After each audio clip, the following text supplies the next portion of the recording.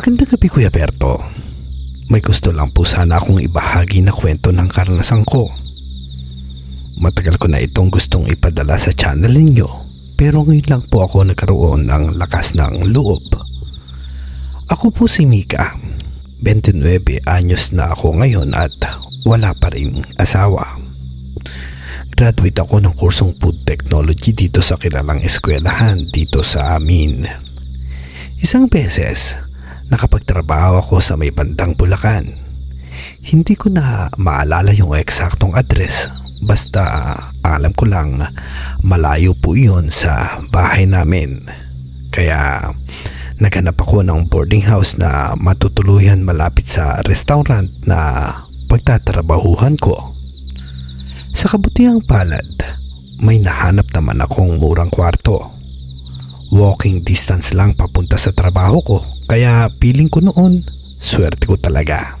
Isa sa mga matadaanan ko papunta at pauwi ay yung kilalang parke sa lugar. Lagi iyong tinatambayan ng mga estudyante at ng mga matatandang gustong makalanghap ng sariwang hangin. Maganda yung park, malinis, maraming puno, kaya naman presko ang hangin. Naging gawi ko na ang pagtambay doon tuwing hapon. Pagkatapos ng trabaho, nanonood-nood ako sa cellphone ko. Doon na ako nagpapagabi hanggang sa makaramdam ako ng gutom. Saka pa lang ako maghahanap ng makakain bago umuwi sa inuupahan kong kwarto.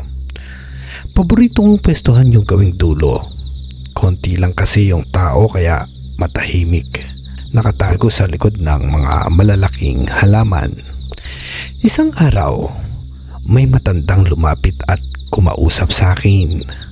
Kamukha niya ang lolo ko. Ang kaibahan niya lang, yung matandang iyon ay may nunal sa parte ng ilong. Ang lolo ko kasi, wala. Lolo Enteng ang pakilala niya sa akin.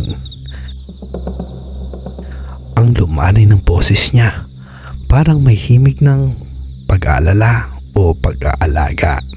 Noong una, simple lang ang mga tanong niya. Ano raw ang pangalan ko, saan daw ako nagtatrabaho at taga saan daw ako. Hindi ko na malayan na nai-enjoy ko na pala yung kwentuhan namin ni Lolo Enteng. Ang sarap niya kasi kausap, mahinhin ang boses at sobrang interesting ng mga karanasan niya. Sabi niya, dati daw siyang sundalo noong panahon ng Hapon. Ang dami niyang nakakatawang kwento na ibinahagi sa akin. Simula noon tuwing hapon, lagi na kami nakikita sa parke. Magkausap lang kami hanggang sa dumilim ang kapaligiran. Kung ano-ano lang ang napapag-usapan namin, casual lang. At kapag madilim na talaga, saka lang siya aalis. At ang pinagtataka ko, literal na parang naglalaho lang siya sa gitna ng mga halaman. 5 araw ang lumipas bago kami muling nagkita. Pero iba siya nung araw na yon. Malungkot ang itsura, tahimik.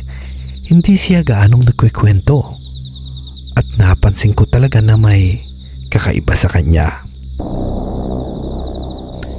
Tinanong ko siya kung may problema ka po ba? Kung may gusto ba siyang sabihin sa akin. Natahimik muna siya habang nakaupo sa paborito naming upuan. Pagkatapos ay nagsalita siya ng dahan-dahan. Ito na raw ang huling beses na magkakausap kami. Aalis na raw siya.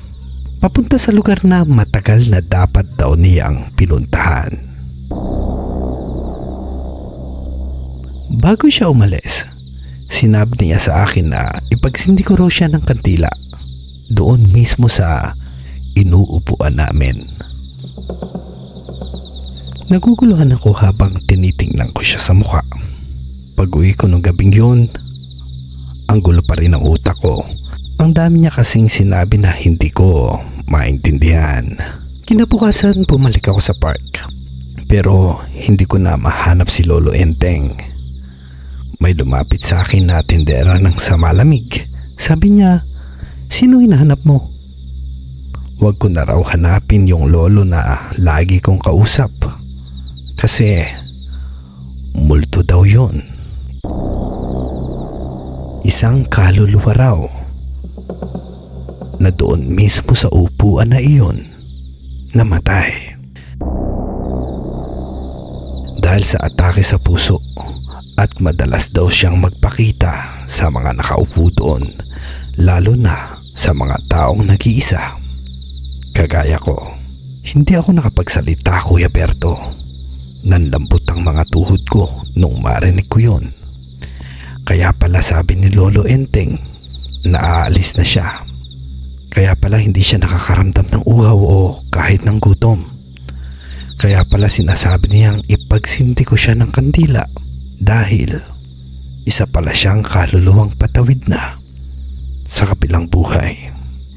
Simula noon, Kuya Berto, sa tuwing tumatambay ako doon, nagsisinti pa rin ako ng kandila at sinusubukan kong kausapin pa rin si Lolo Enteng.